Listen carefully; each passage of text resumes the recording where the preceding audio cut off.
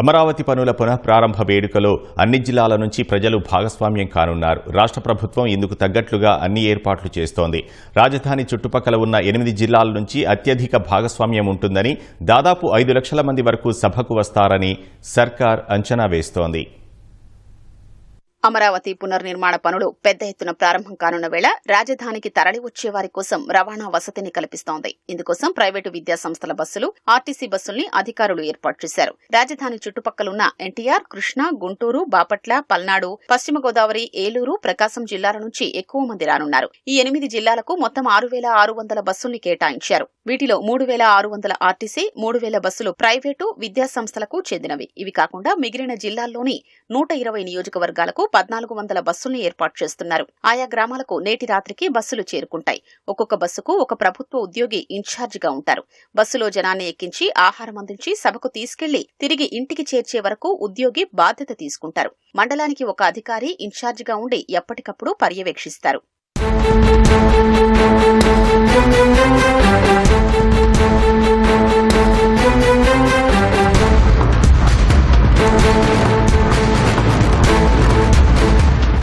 ఒక్కొక్క బస్సులో 120 ఆహార పొట్లాలు, 100 అరటి పండ్లు, 120 నీటి సీసాలు, 60 ఓఆర్ఎస్ ప్యాకెట్లు, 60 మజ్జిగ ప్యాకెట్లు ఉంటాయి. బస్సులు శుక్రవారం మధ్యాహ్నం 12 గంటలకు సభకు చేరుకునేలా ప్రణాళిక రూపొందించారు. దారిలో అల్పాహారం, సభకొచ్చే సమయానికి భోజనం చేసి ప్రాంగణంలోకి చేరుకుంటారు.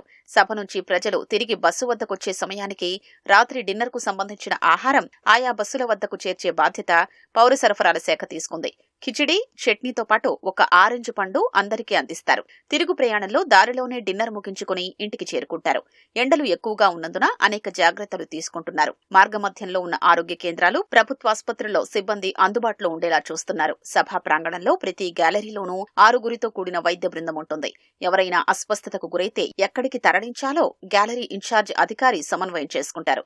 ప్రధాని నరేంద్ర మోదీ పర్యటన సందర్భంగా ఎన్టీఆర్, కృష్ణా జిల్లాల పరిధిలో భారీ వాహనాలకు ఇవాళ రాత్రి 10 గంటల నుంచి రేపు రాత్రి 10 గంటల వరకు ఆంక్షలు విధించారు.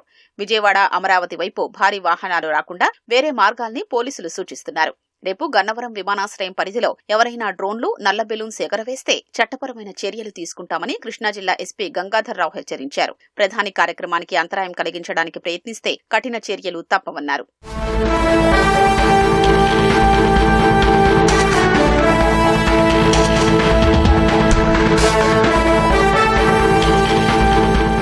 ప్రధానమంత్రి మోదీ అమరావతి పర్యటనకు ఎలాంటి ఇబ్బందులు లేకుండా ఏర్పాట్లు చేయాలని మంత్రి అచ్చెన్నాయుడు అధికారుల్ని ఆదేశించారు.